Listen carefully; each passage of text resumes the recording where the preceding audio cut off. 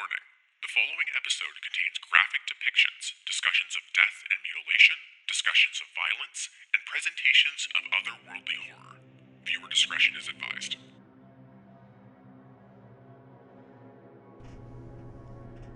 Welcome back to the Foundation, new recruit. At the time of recording this, I've been working pretty intensely on preparing your lessons on the SCP-001 files. You might recall before, though, that we were working on a project on the Antimemetics division here at the Foundation. Depending on how you're doing this lesson, how you're listening or watching it, this may have only been last week, but may have also been over a month ago, which presents a unique problem in presenting this episode. So, just to be careful, we're back and we're going to finish the Antimemetics files, at least the introductory ones that we've been provided. As a bit of a reminder, these files go into detail of the Foundation division that exists to handle SCPs that can alter your mind, memory, and perception of reality. These so-called memory-eating SCPs are a distinct problem, and many of our researchers have had a hard time remembering that they even exist without a regular dose of Class W mnestics, or just nestics if you prefer. It comes from the same root as mnemonic or mnemonic. These tales that we have been provided are primarily about one individual named Marion Wheeler, one we assume was once a Foundation employee, but the records of them are limited to the files that we've been provided, as far as we're aware. This whole memory-eating situation makes it very difficult to know what's real and what's not, and I personally don't deal with memory-altering SCPs as often at my site, so I don't have access to the nestics that would make it possible for me to work with them. So as far as I'm aware, this is all we have. The original two files that have already been covered about Marion and her compatriots went into details of basic antimemetic SCPs, the effects they have, and provided examples of them using their influence. In particular, we learned about SCP-055, who possibly affected an O5 member, and researcher Kim, who was the target of a more intense and more dangerous antimemetic SCP. Today, we will be covering the final three files, known as Unforgettable, that's what you are, Case Colorless Green, and Your Last First Day, all three of which have been provided by a researcher under the alias of QNTM. As with before, since these tales are provided to us in text form with no other voices, I've brought along a voice actor who will cover the role of Marion Wheeler, and I will cover some of the other voices on my own. Let's begin.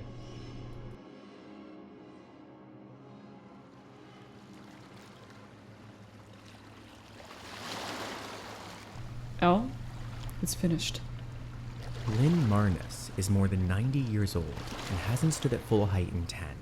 He was a tower of a man in his prime, 2 meters tall and built like a boxer.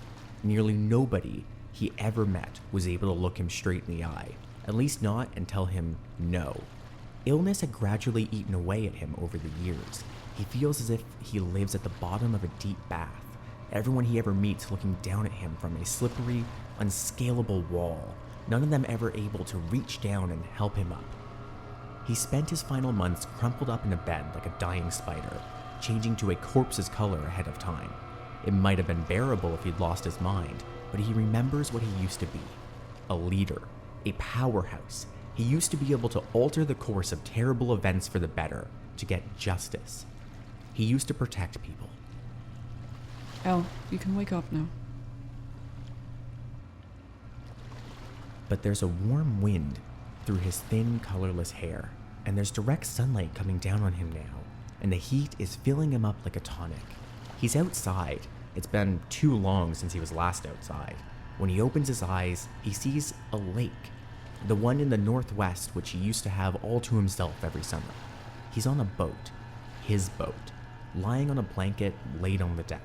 A few kilometers away behind them is the little lake house, empty. It's perfect. He didn't know he had the strength left to safely leave the hospital, let alone travel this far. But if he put his mind to it and selected a final moment, this might have been it. Do you remember me? Marnus looks, with eyes which are strengthening. The woman speaking is seated on the deck behind him, attentive. She has a large plastic box full of medical supplies open in front of her, and a light suit jacket laid on the deck beside it. She has her sleeves rolled up so she can work. As he watches, she carefully disposes of a needle. A dim memory surfaces and starts taking shape. The woman is twice as old now as when he knew her last, and visibly twice as confident. It would be difficult to forget her. He taught her everything everything he could remember at the time. He remembers her as a field agent. He remembers sending her through hell a fistful of times. Marion. El, you died. You died surrounded by grieving family. They loved you very much and they cried over you. The funeral for the fake is in a few days, but unfortunately you won't be able to see it yourself. You're dead now, and this is what comes next. Marion Hutchinson. Marnus feels gold spreading through his bones. Miracle juice. It's Wheeler now, but she doesn't correct him. When you retired from the Foundation, El, we did what we do to all of us who retire, what all of us agree to when we sign up. We gave you some medicine which made you forget. As you stepped out of the door for the last time, all the work you did for us, great work, which saved lives, evaporated away, and your cover story sealed over those years became reality. That's why you've spent your whole retirement believing that you were a former section chief at the FBI. It's what you wanted. It's what we wanted. It's what you agreed to. But you alone agreed to something else as well. You must be starting to remember now what that something else was. I've injected you with a serum which throws the human aging process into hard reverse and affects everything. Organs, tissues, memories. You'll be coming up on it soon. Remember? Yes. Marnus croaks, remembering, dizzy. You signed over your final 12 hours to us. You asked for full and happy and well-deserved retirement, but now, for the last day, you work for us again, because of one particular job. I have it in writing here, you see? Do you recognize your signature and mine? I witnessed. Yes. Do you remember who you are? Dr. Lynn Patrick Marnus of the Foundation, Antimemetics Division founder. Wheeler smiles with relief. It's good to see him again. We need some memories from you.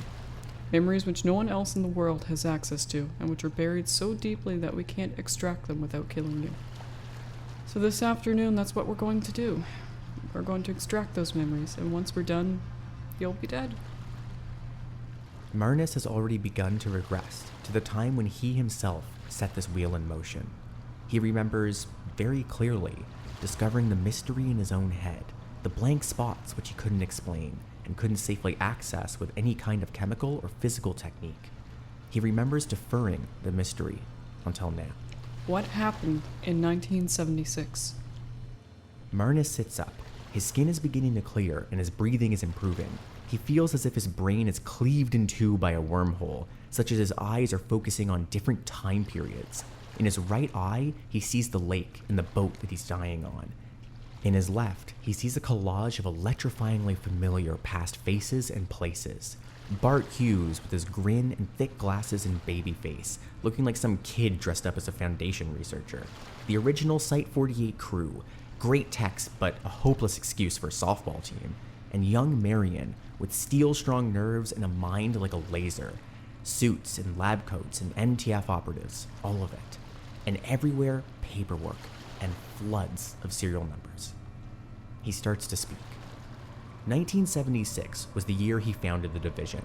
He brainstormed the whole thing in one legendary week, hammering out the science and then distilling the first chemical monastic with the help of a hand-picked trio of assistants, the very first antimemetics researchers. No antimemetic SCPs had ever been observed up to that point. The entire operation was a shot in the dark.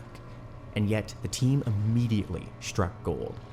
Passive black holes of information, active predatory infovores, unrememberable worms which covered the human skin like dust mites, contagious bad news, self-sealing secrets, living murders, Chinatowns. Wheeler wonders if there might be something more seriously awry with Marnus's head. His vision of events is hopelessly romantic. In Wheeler's experience, nobody looks back on the Foundation work too fondly. But it was all too fast. Special containment procedures take time to develop, much more time than I took. The Foundation as a whole acquires a dozen new SCPs annually, maybe. I found that many in 1 year, essentially single-handedly. It was too easy. It was as if I knew it all already and was just catching up. And then, one day, I realized I couldn't remember my life before antimemetics. I knew I'd been a Foundation operative for decades prior. That was where I got the authority to start my own division. But there was nothing else there. It was a wall in my mind, which even monastics couldn't get me past. I went to the paper archives and looked at my own personal file and... Marnus trails off, not because he'd forgotten what to say next. It's deliberate. The trailing off is exactly what happened. You woke back up at your desk half a working day later, remembering nothing. You went through the loop a dozen times before someone realized what was happening and broke you out of it.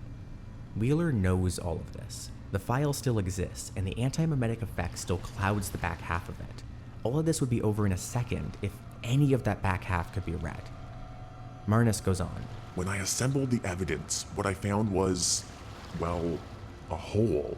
Like a jigsaw with only the edges and corners. So I did the only thing I could do. I looked at the shape of the hole, and together with Bart Hughes and others, I formed a theory. This is not the first antimemetics division. Before 1976, there was another one. I was part of that division. Possibly I led it. Certainly I'm the only known survivor of it. Something happened to that team. Some antimemetic force chewed up and swallowed the idea of the antimemetics division itself. I was let off lightly. I lived. The rest of those people, whoever they were, however many of them there were, are missing without a trace. Wheeler nods. This much we know already. I was there when you wrote the note, remember? The question is known. It's the answer that we can't get to without killing you. It's the answer that we've waited all these years to get at. I'm here to ask you, what happened? Marnus covers his right eye and grimaces, trying. He fails. It's not there. You haven't sent me back far enough. There's still that wall there in my head. I remember why the question exists, but I don't remember the answer. I need more. Wheeler swabs his arm and gives him another 10 years. Marnus seems like another man once the second dose takes effect. Wrinkles are sliding back up into his face, muscle mass is returning to his limbs. But it takes Wheeler a second to realize the real reason why. She's just booted him back across the field desk agent transition. Marnus has regressed a little way past senior management, the realm where most problems were solved by saying the correct words, and into a time where he survived through physical fitness, situational alertness, and hands-on experience. Marnus gets to his feet for the first time in years. He scans his surroundings, examining the placid golden lake and the sky and the boat itself. He doesn't sit down again. He smooths down his hospital gown, wishing he had a sweater and, separately, some fishing gear. He brushes a hand through new, old hair. His sideburns are back. We weren't the Foundation at first. The first Antimemetics Division was a U.S. Army project. It ran parallel with Manhattan during World War II. We called ourselves the Unthinkables. It began as an experiment in advanced propaganda. The objective was to cut through the physical conflict and find a way to rupture the ideological machine, to obliterate the idea of Nazism. After 2 years, enough theory had been developed that the task had been reduced to an engineering problem. Another 2 years and the engineering problem had been reduced as well. What we had built was a very special kind of bomb. Unfortunately, we didn't understand what we built. Back then, we didn't have the monastics or the shielding that we could use to protect ourselves. We didn't understand how far ahead you need to think when you're working with this kind of technology. We got looped. It was textbook. We built the unthinkable bomb and test detonated it, and it worked perfectly. The bomb destroyed itself and erased its own successful detonation, and flattened all the knowledge which had gone together to build it. We forgot that we had ever built the bomb at all, and started over. To our credit, we realized pretty quickly what must have happened. There was a 4-year gap in our progress now, and there was no other way to explain it. But by the time we put the pieces together the second time, the war was almost over.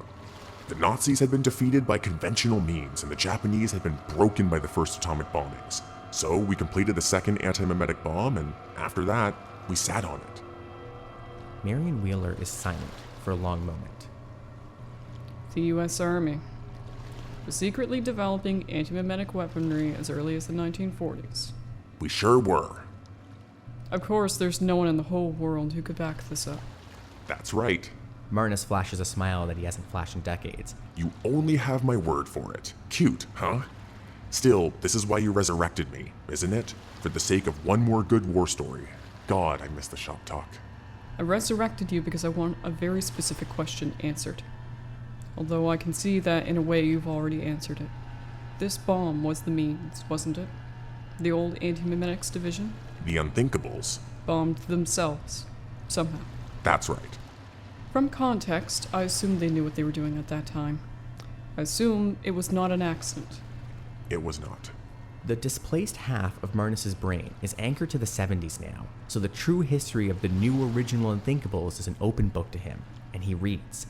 After the war, the second bomb collected dust for years. We began sketching improved designs for a third bomb, but around that time, oversight was starting to flicker out.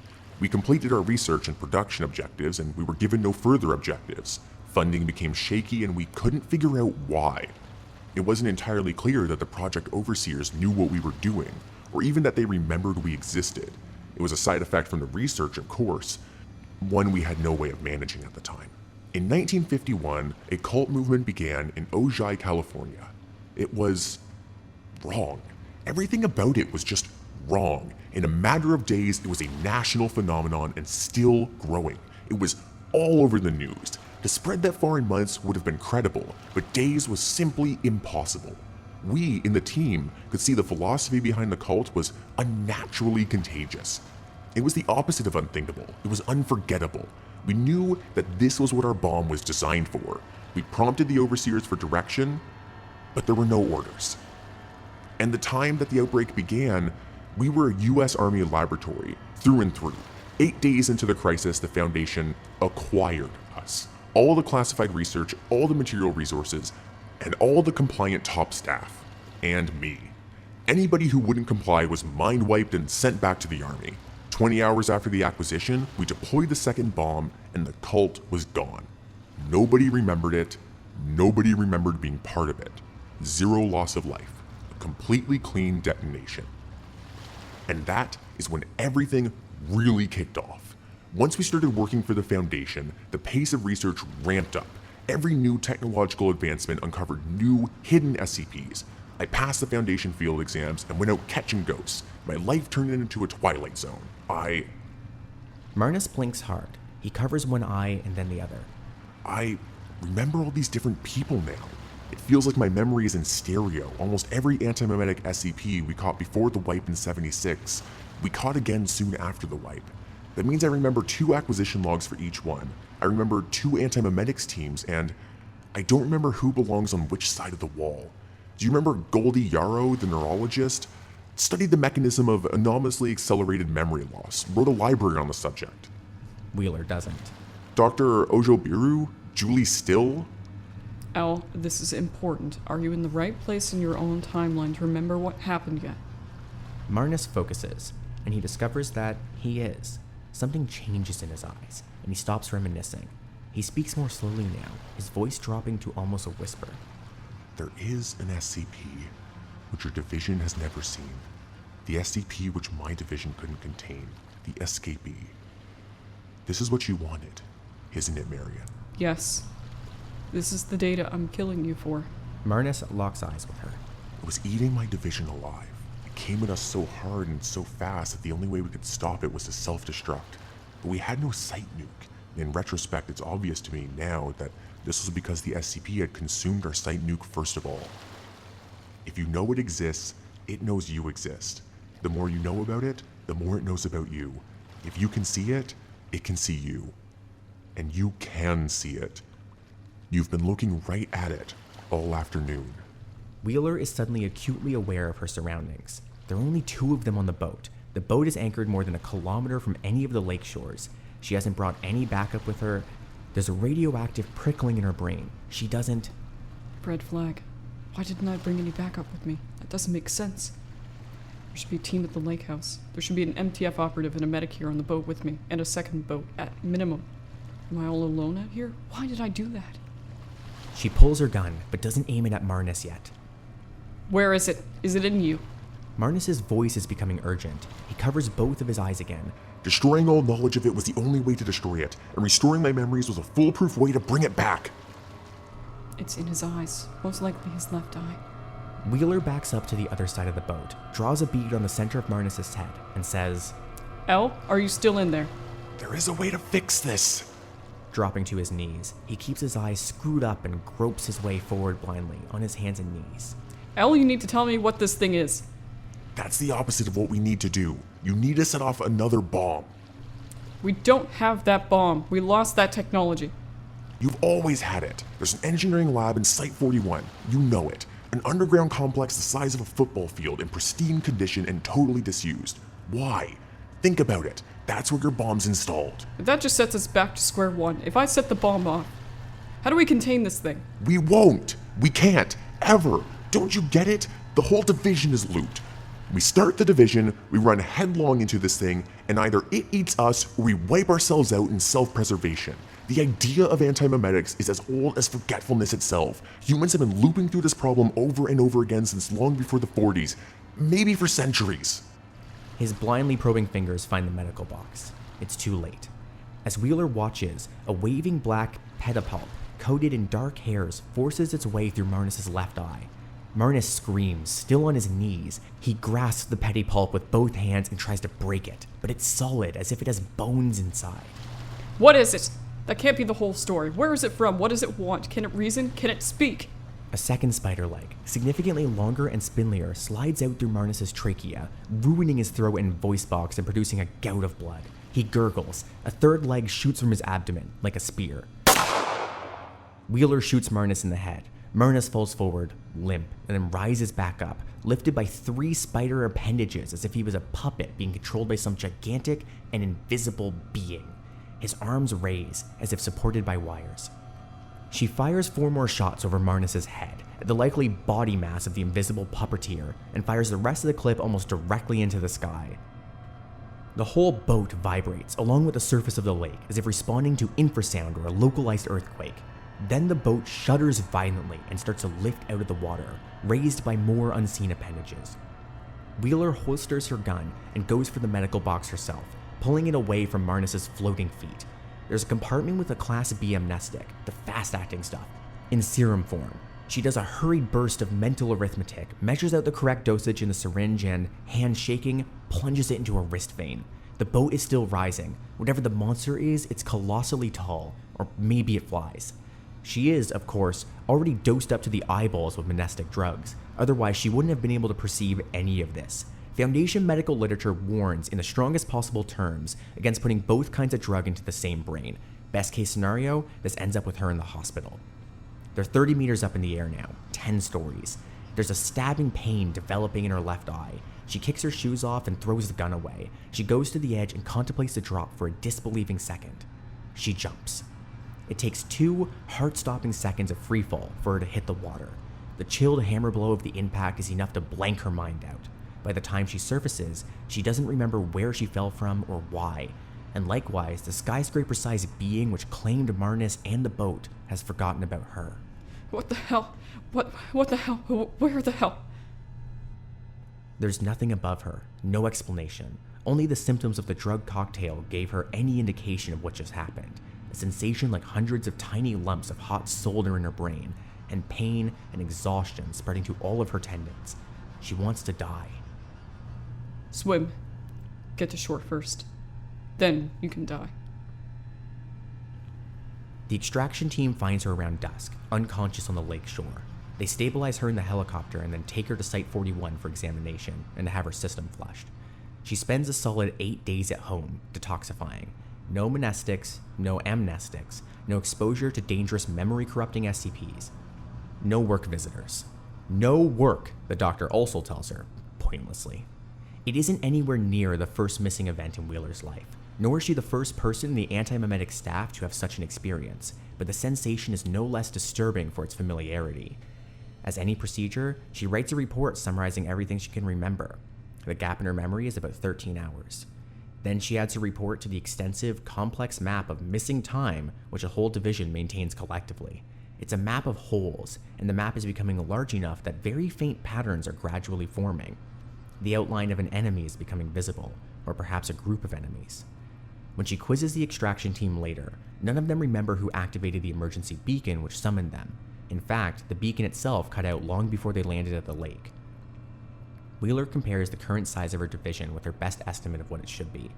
Maybe she needs a few more key people here and there, so assuming the division was fully staffed before the event, maybe those empty roles are the people who died this time around.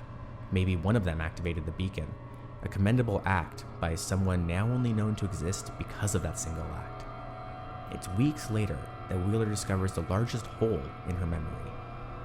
Who founded the division? When?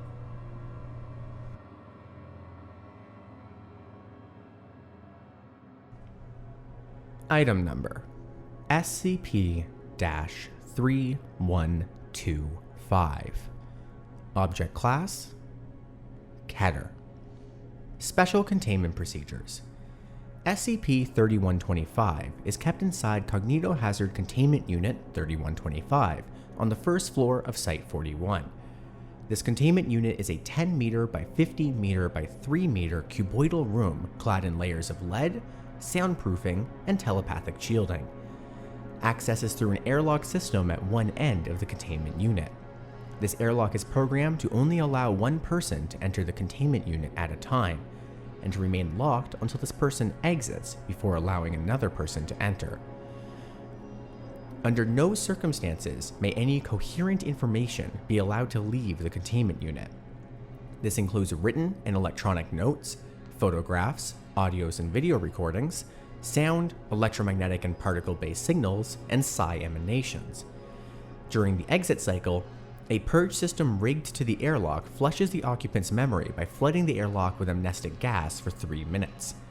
A senior Antimemetics Division staff member must visit SCP-3125 every 6 weeks, or 42 days. You're kidding me. That's the whole entry? That's the whole entry. It isn't even the 50th strangest thing that Paul Kim has seen in the database, but still. No description, no acquisition report, no test log, no addenda, no clue who built the unit or when or how many times it's been visited or who carried out the previous visits or what they took in with them or how long they will be in there. Well, obviously Bart Hughes built the unit. And this cannot be denied. The man's signature style of containment architecture is recognizable a mile out. Sleek, white, plainly impregnable without the aid of extremely heavy tools. Which makes it at least 7 years old, at 60 visits or more. Guess there are good reasons for the rest of those emissions. Anyway, Timer Watchdog says it's time again. I don't like the idea of you routinely exposing yourself to a cognitohazard so dangerous that we can't even write the reason why we can't write it down. Especially because it's impossible for us to recover any usable information this way. You're gonna go in, be incommunicado for 2 hours, and come out a smiling amnesiac. What do we gain from that? It's just a breach risk. Wheeler hears every word of this and elects to ignore it. There's a vague shape of familiarity about the entry as written, and there are a few word choices which reassure her in an intangible way that it was written by someone who knew what they were doing, possibly her. Kim is still talking. We should just scrub that last line from the database entry. There can't be anything good in that room. Wheeler puts her keycard in the slot. The airlock rewards her with green LEDs and begins to cycle open. It's built as a slender, vertical cylinder with a single opening. The entire thing rotates on its axis. Inside, there's barely room for a single person to stand without their shoulders touching the walls. What are you taking? Wheeler ducks to step in, turns to face to him, and shrugs. Stick a gum. I can get you field gear. The airlock begins to rotate again, emitting a low, quiet thrum solely as an audible warning that there is machinery in motion. We'll raid inventory. Give me 15 minutes and I'll turn you into a one-woman war. If Wheeler says anything in response to this, it's cut off by the soundproofing as the airlock rotates. Kim is left alone in the antechamber. He stares out at the outer door for a worried moment. He presses his ear to the door for a while, but hears nothing, not even a faint tremble from the airlock mechanism. Inside, it's pitch dark for a few seconds. Then some unseen sensor detects Wheeler's presence and begins the fluorescence up. Half of them, anyways. The other remain inert or flicker aggressively. The room's interior walls are made from milky white glass, bulletproof, knowing hues, and are plastered with paperwork, taped and blue-tacked in a vaguely coherent mass. Where there is no paperwork, people have drawn directly on the walls in marker pen. There's a conference table, long and elliptical, covered with more paperwork and a tangle of laptop computers and serpentine power supply cables. Power has returned to the machines and they are slowly booting. A data projector warms up and shines a map of the world over the far wall, almost lining up with a network of scribbled annotations on the same wall. Post-it notes of all colors litter the carpet like autumn leaves. Other than that, the room is empty. Skimming the paperwork, Wheeler discovers that nearly all of it is handwritten and most of it charts the progress of conversations. Most of the entries are dated and signed, and most of the dates are weeks apart. The conversations are panicked and fearful back and forths about dozens of SCPs, some of them antimemetic in nature, but none of them obviously related to one another. None of the notes mention SCP-3125. The only name that Wheeler recognizes is her own, which appears on 1 in 10 or 20 of the notes. The notes seem authentic and the handwriting is definitely hers, but her notes also seem desperate and uncertain in tone as everybody else's. This unnerves her. There are diagrams on the walls too, which are too complex to decode at a glance, but complex enough to make her eyes hurt to look at them. Still lost for a logical entry point to the data, Wheeler curses all of her predecessors. Asynchronous research, whereby the topic is forgotten entirely between iterations and rediscovered over and over, is a perfectly standard practice in the Antimemetics division, and her people ought to be better trained than this. There should be an obvious sign, or an obvious single document to read first, which makes sense of the rest. A primer. Marion, it's me. Wheeler recognizes the voice as her own. She moves around the table until she finds the laptop making the noise. There's a video playing, apparently recorded on the laptop's own camera in this room. The Marion Wheeler in the video is seated and looks unfamiliar in a way which takes the one watching a moment to put her finger on. Not exhausted, not physically sick, not injured. She's seen herself that way before, in the mirror. This woman's willpower is gone. She's beaten. You've guessed already that SCP-3125 is not in this room. In fact, this is the only room in the world where SCP-3125 is not present. It's called inverted containment. SCP-3125 pervades all of reality except for volumes which have been specifically shielded from its influence. This is it. This is our only safe harbor. This room represents the length and breadth of the war. Every competent antimemetics research project finds SCP-3125's fingerprints sooner or later. It manifests all over the world in thousands of different forms. Most of them aren't even anomalous. Some of them we already have cataloged separately in the main database. A very small number of them are even in containment. Impossibly virulent cults, broken arithmetic, invisible spiders as tall as skyscrapers, people born with extra organs nobody can see. That's the raw data. Those manifestations are troublesome enough to deal with in their own right. But once you get a little further down the road, you start to see a pattern emerging in the data.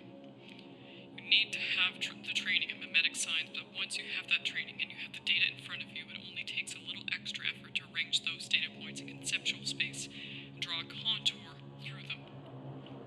Those data points are points on SCP-3125's hull.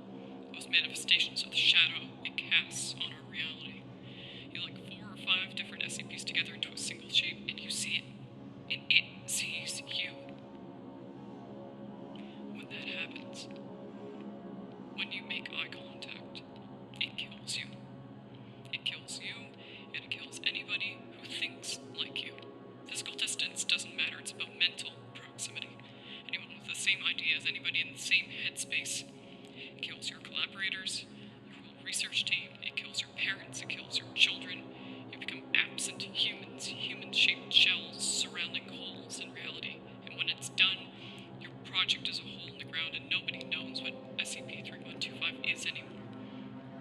It's a black hole in antimemetic science, consuming unwary researchers and yielding no information, only detectable through indirect observation. A true description of what SCP-3125 is, or even an allusion to what it is, constitutes a containment breach and a lethal indirect cognitohazard. Do you see? It's a defense mechanism. This information-swallowing behavior is just the outer layer, just the poison coating. It protects the entity from discovery while it infests our reality. And as the years pass, the manifestations will continue, growing denser and knitting together until the whole world is drowning in them. And everybody will be screaming, why did nobody realize what was happening? And nobody will answer, because everybody who realized was killed by this system. Do you see it, Marion? See it now. Wheeler is at the core of Foundation antimemetic science. She's had all the raw data readily accessible. There are extensive written calculations on the walls, but she doesn't need to read them. She can do them in her head.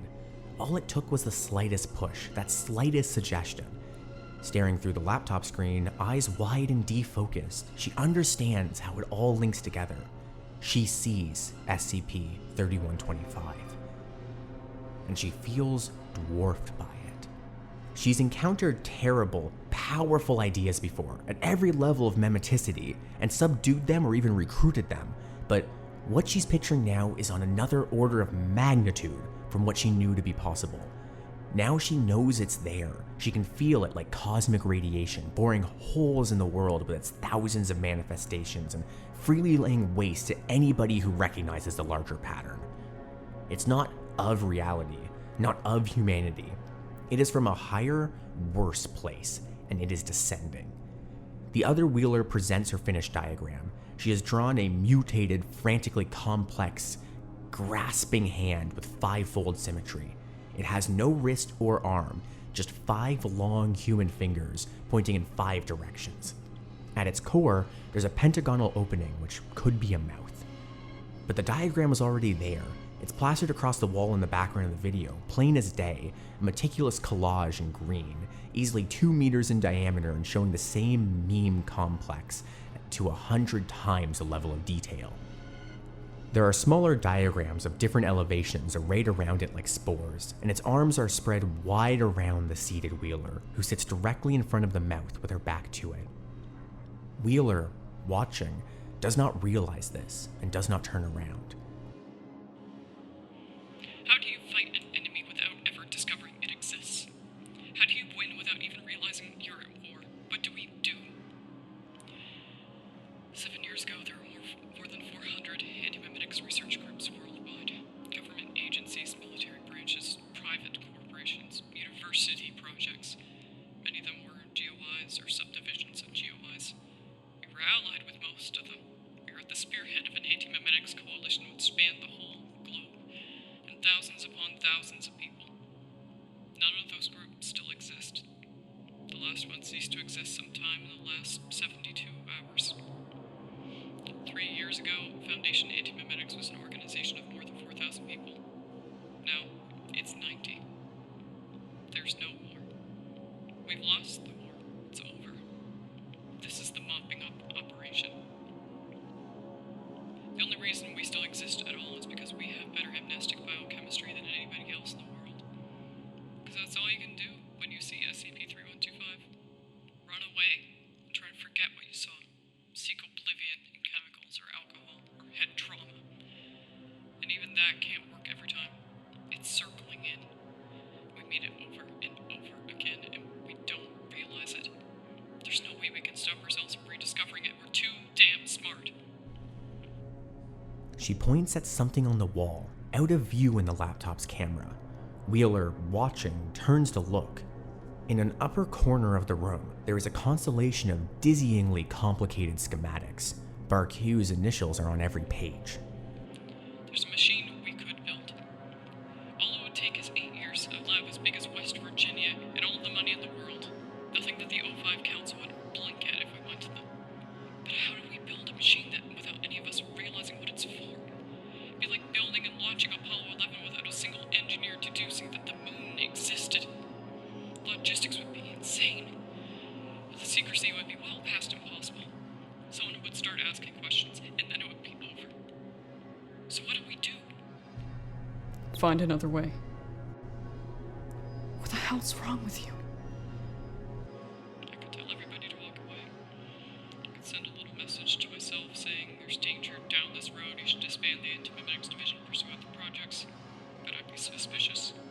I'd start asking questions. And then it would be over. Wheeler's now crouched in front of the video, trying to understand what she's watching. What's wrong, Marion? Are you okay? I killed myself in here. But my team would find SCP-3125 without me, and then they have to fight SCP-3125 without me. It's going to happen soon, whatever happens. In the next 2 months at the most. This year it'll be over. I may die in here anyway. I'm on so many amnestic drugs that my endocrine system is shutting down. Taking amnestics at the same time is the chemical equivalent to trepanation. I don't remember the last time I slept without having a nightmare about Adam. I'm starting to forget whether SCP-4987 is real, or just the number that I gave to my life. You're not like this. You're stronger than this. What happened to you? Who's Adam? I don't know how we survived this. I don't know how we win. We're the last ones in the world. After us, there's nobody. So I'm done. I'm going to walk out of the store and forget who I am, and then I'm going to be you, Marion. And you, Troll, I have to figure a way out of this because I can't. God, my eyes hurt. I think it's starting in my inside. There's the sound of a door opening, and then a piercing pulse of sound and light which terminates the recording. Wheeler stares at the dark screen for a long minute. She's never seen herself so weak, and it damages her ego a great deal to see that this is even possible. She feels disconnected from what she saw, like it happened in an alternate universe. She feels revulsed and appalled by that version of her, more so to know that that version is still inside her somewhere. Doesn't make sense. I'm looking at all the same facts. What made her give up? What did she know that I don't? Who was Adam? The answer to this question is so obvious and sickening that she instinctively distrusts it. She circles around the answer, probing it, trying to find reasons to reject it, but it's inescapable. Adam was someone she knew when the video was recorded, now completely removed from her memory. Adam was someone the thought of whose safety paralyzed her with fear, someone in the same headspace, someone she couldn't bear to lose. And then she lost. But how'd the room get built in the first place? Anybody's guess. Wheeler imagines Hughes building it as a proof of concept, followed by a cascading series of lucky chances which led to it becoming the war room. Someone discovered SCP-3125 at random while sealed in the room. They wrote notes to themselves which set up the skeletal external SCP database entry, and the containment procedures, most of the paperwork and computer hardware was left behind by later visitors. It could have happened. But what if there's another room? Unbidden, a cute factoid comes back to her right then. Site 41 is almost completely vacant. In particular, 200 meters below Site 41, there's an empty heavy engineering lab, an underground complex the size of a hockey stadium. Self-contained, in pristine condition, totally disused, sealed up, original purpose forgotten. Built who knows how many decades back by a dead generation of antimemeticists. What if that's where we built our weapon? Do I really believe I'm that smart? That my team and I had that much foresight, that we got lucky? She turns to look at the airlock, running the numbers in her head. Antimemetics division staff, other than me, 38. 42 days till the next iteration. It's past the end of the year. It'll be too late. If I leave this room now, I'll never be back. The plan I have now is the best plan there's ever going to be. We're the last ones in the world. After us, there's nobody. Kim is so deeply buried in work at his terminal, and the airlock is so quiet that he almost doesn't notice when it starts to cycle open again. "We need to check you for notes," he begins. But then he sees that Marion Wheeler is curled up at the bottom of the narrow cylinder, panting as though she just finished a marathon run. Kim holds out a hand, but she shakes her head, electing to stay lying down, knees bent up to her chest, sucking down lungfuls of air. What in the world happened in there? Just need to breathe. Be okay in a second. I think I blacked out for a moment. Might have inhaled some I think I'm okay. I remember the plan. Kim looks confused and worried for a second. Then they replace him. You shouldn't be able to remember anything. What did you do? Hit my head. Wheeler says, and then goes back to concentrating on breathing properly. She suddenly becomes acutely aware that Kim has her effectively cornered. Disliking this configuration for reasons which she's only gradually putting back together, she levers herself up to one shoulder and tries to stand. Kim puts a hand on her shoulder and pushes her back down. You look terrible. There's something in fleth on your neck. Do you see that? He points at her throat, then taps on the same spot on his own. What? On your neck. I nefhai you've been infected by whatever was in there. We need to act quickly. He reaches for his keyring and unthreads a Swiss Army knife and unfolds a short, gleaming blade. He does this in such a methodical, ordinary way that Wheeler almost forgets to react when he leans down towards her to cut her throat. Almost. She grips his wrist. They're locked like that for a moment, a tableau. She looks into Paul Kim's eye, but it isn't his eye anymore. She squints, wondering if she's making eye contact with anything but a hole in space. She already feels the force bearing down on her own skull, trying to drill into it. But she knows its shape, and that means she can hold out, maybe for a few minutes. She had hoped, prayed that Kim would not succumb so quickly. And in a crazed little way, she thought there'd be at least a sign, a theatrical doubling over as his mind was wrenched out of its socket. Kim's wrist spasms as he tries to lunge with the knife. Wheeler parries, and its tip glances off the airlock interior wall with a scratch. They scuffle for an awkward second, and she boots Kim in the stomach with both feet, sending him sprawling into the antechamber. She launches out of the airlock and dives over him and sprints away from the containment unit. She feels SCP-3125 following her as she runs, like a spotlight. She hears a crash in another part of the site as the first piece of the ceiling caves in.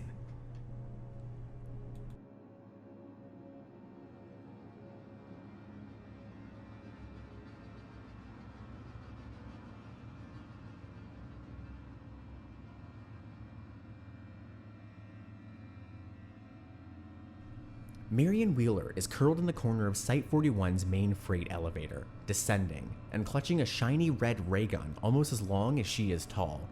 The gun has a two-tinned prong instead of a barrel, and its stock is a weirdly asymmetrical mass of pipework, more like a Swiss watch or a small intestinal tract than a weapon.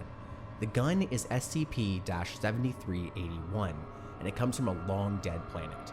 Not too distant a planet when all's said and done, which conventional astronomy has yet to observe.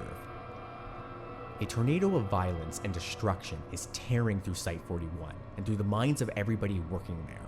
Ceilings are being brought down, and the site pharmacy is a sucking hole at the side of the building. The armory is buried. That's why she had to go through Area 09 and is now toting anomalous weaponry instead. The Antimemetics Division operatives she meets in the corridors are all broken, some of them curled up and raving while their minds evaporate and they die one memory at a time.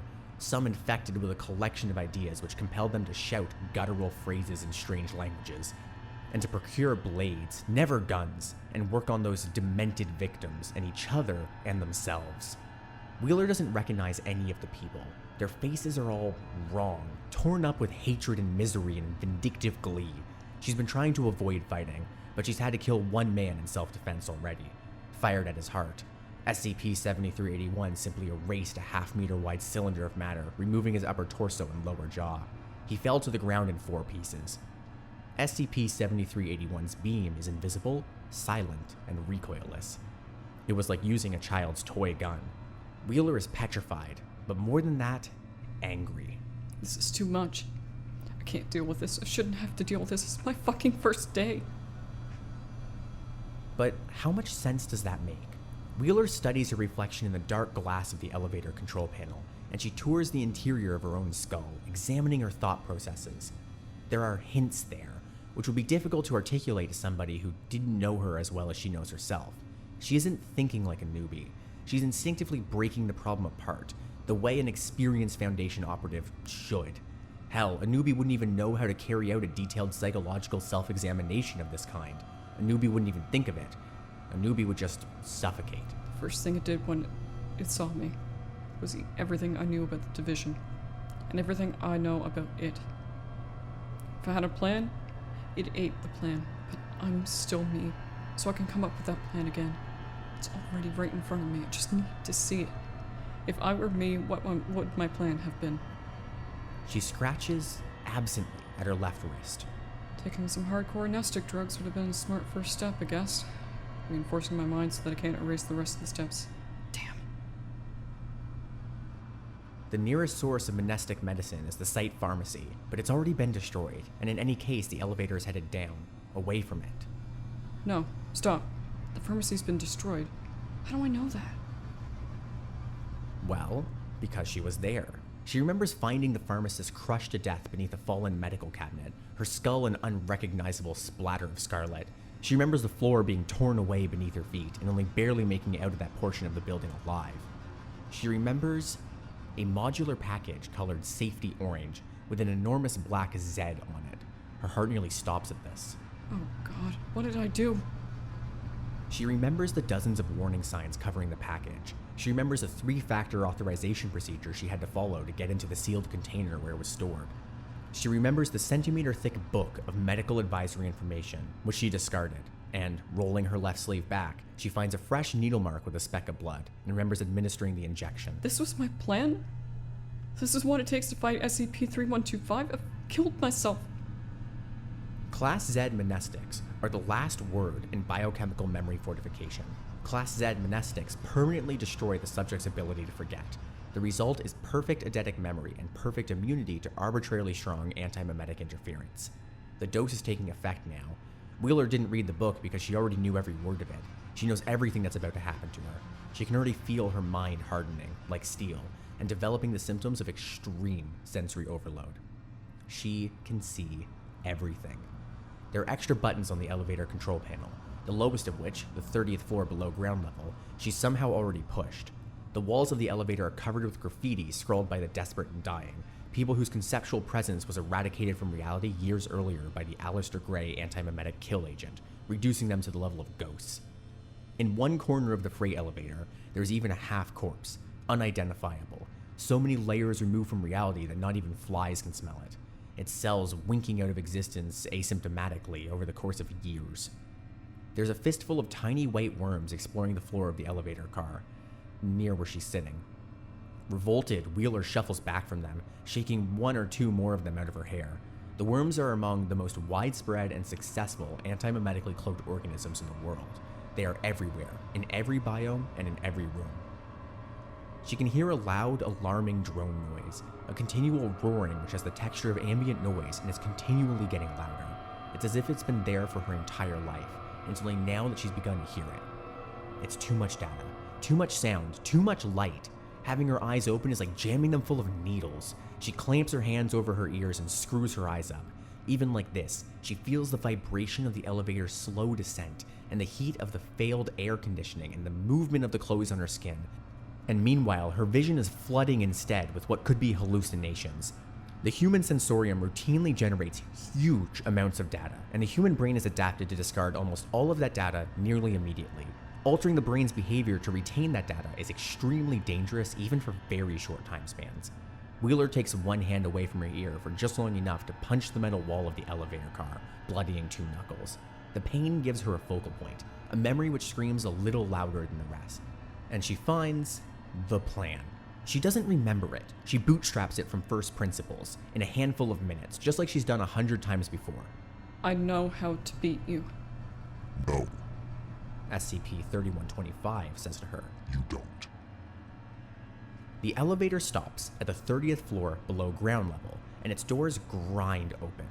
They wait, open, for a long time. Further up the elevator shaft, there are distant rumbles of more parts of Site-41 being reduced to crumbs. Still crouched in the corner, Wheeler mutters. SCP-3125 doesn't have a voice. Of course I do. SCP-3125 is a 5-dimensional anomalous metastasized mass of bad beams and bad anti-memes and everything in between seeping through to our physical reality. It isn't coherent, and it isn't intelligent. It can't communicate. This is an auditory hallucination. SCP-3125 scoffs. You know what I hate most about you, Marion? You're consistently, eternally wrong, and yet you're still alive. All those lost battles, every year of that entire lost war, but somehow you always cobble together enough dumb luck to walk away unscathed. The eternal sole survivor. You don't deserve that kind of luck. Nobody does. While it's talking, Wheeler leans hard on the ray gun to get to her feet. She lodges one shoulder against the wall of the elevator car, still with her eyes closed. She braces herself and opens her eyes. The corridor ahead is empty. There's an airlock at the far end, this one large enough to drive a truck through, built from ultra-toughened white metal alloy in Bart Hughes' established style. There's a panel beside the airlock. She closes her eyes again and hobbles forward, using the ray gun as a crutch, stretching one hand out ahead of her as guidance. Someone has to be last. Someone has to be the best. Your team is dead. Their minds have been pulled out like eyeballs. They're hollow people with holes in space where their brains were. The war is over. Finally. It's just you, Marion. A division of one. Dying from monastic overdose, 200 meters underground, cared for by no one, known to exist to no one, up against an immortal, unkillable idea. Wheeler reaches the airlock and fumbles blindly with the panel until she finds a slot for her keycard. For a few seconds, it seems as if nothing is happening. Then a yellow light flashes, the enormous mechanical interlocks unlatch, and the door cycles open with all the fuss of a flower's petals unfurling. Noise, Hughes always held, is a symptom of imperfect engineering. Behind her, she hears the freight elevator close up and return to ground level, and she knows that someone has summoned it, intending to pursue her. Ideas can be killed She says, stepping into the airlock. How? with better ideas. As the airlock cycles closed, so does the hermetic seal. SCP-3125 is shut out. If something can cross over from conceptual space into reality, taking physical form, then something can cross in the opposite direction. It must be possible to take a physical entity, mechanically extract the idea which embodies it, amplify that idea, and broadcast it up into conceptual space. A bigger idea, a better one designed specifically to fight SCP-3125. An ideal, a movement, a hero.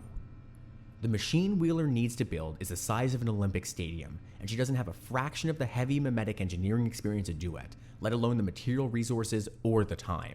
But she knows, someone taught her, she doesn't remember who, that an anti-memetics division operative is as good on their first day as they're ever likely to be, and the same must be true of the division as a whole.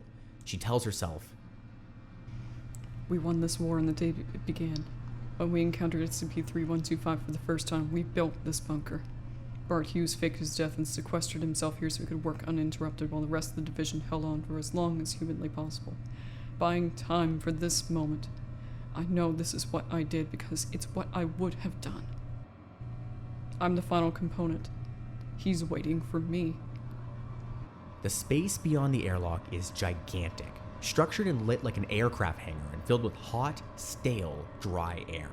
Wheeler, still mostly blind, stumbles forward across an expanse of more than a hectare of flat, dusty epoxy flooring. Hughes! It's time! Nothing comes back but the echo. She glances up for a second. The space is empty. The castle-sized memetic amplification broadcasting unit which Bart Hughes was meant to be building is absolutely absent. Hughes himself is absent. Maybe the entire machine is anti-memetically cloaked? She wonders, momentarily. It would be a smart way to conceal the operation even from the rest of the Foundation. But her brain is curdling in the strongest memnestic drugs ever manufactured. There is genuinely nothing here. Almost nothing. At the center of the space, there's a small outpost, a group of trestle tables with tools and toolboxes scattered about the place. Parked behind it is an unmarked military truck with flat tires. On the back of the truck is a squat, squarish machine the size of a shipping container, with unshielded wiring and exposed pipework, and a long cable leading to a heavy-duty control panel on the floor. To the untrained eye, it's not clear at all what this machine is designed to do. It's the anti-memetic equivalent to a hydrogen bomb, the division's answer to a Site nuclear warhead. Activated, it would contaminate Site-41 and everything and everyone on it with anti-memetic radiation. There would be no Site-41 and no division afterwards. Nothing any of the escaping infectious staff did could have any effect on the real world. It's the wrong machine.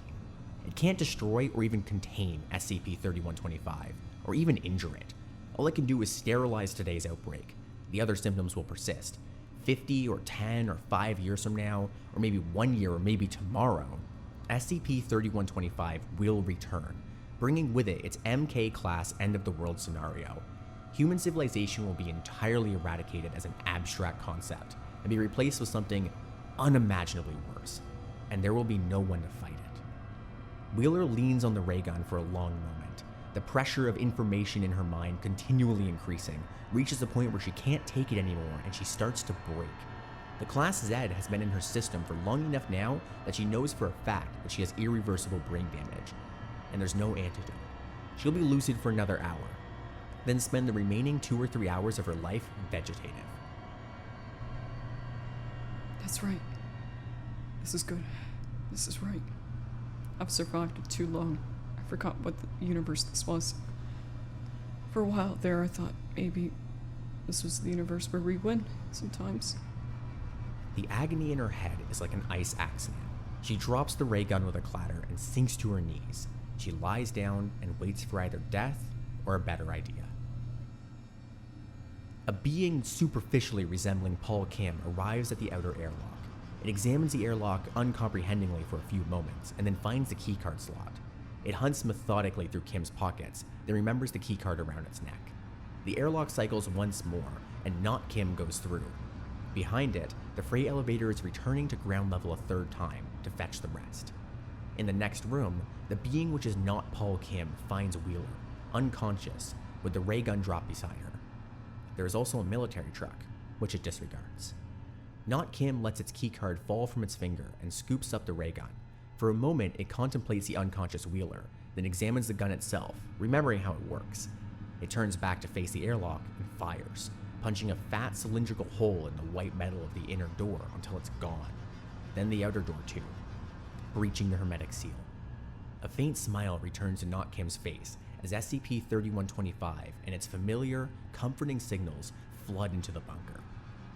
A dozen more non-people are arriving by the freight elevator, former Antimemetics Division bodies. "I found her!" Not Kim calls out to them. It drops the ray gun where it's standing, as if it simply forgot that it had been carrying anything, and pulls out its knife again. It holds the knife between 2 fingers, in a casual, offhand sort of way, as if it were a pencil or a screwdriver. The infected non-people gather with Not Kim around Wheeler, looking down at her with alien expressions of disgust or pity or malice. Why isn't she opening up properly? She can't meet them unless she wants the signals. Start with her eyes. It'll make the rest of her easier to correct. Not Kim leans down to start work, then hesitates, its knife a few centimeters from Wheeler's eye. She's whispering something, so quietly that only it can hear her clearly. None of this happened, Paul.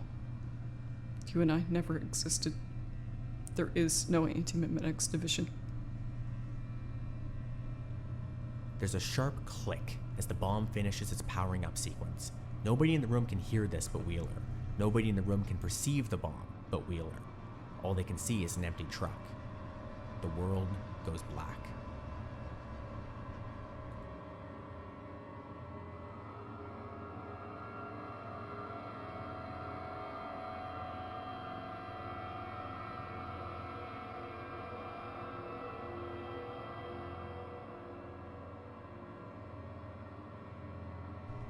And as we close, I would like to give a thanks to those in real life who contributed to the production of this episode, either directly or indirectly. In particular, I would first like to thank Kevin MacLeod, who produced the background music that you found in this episode.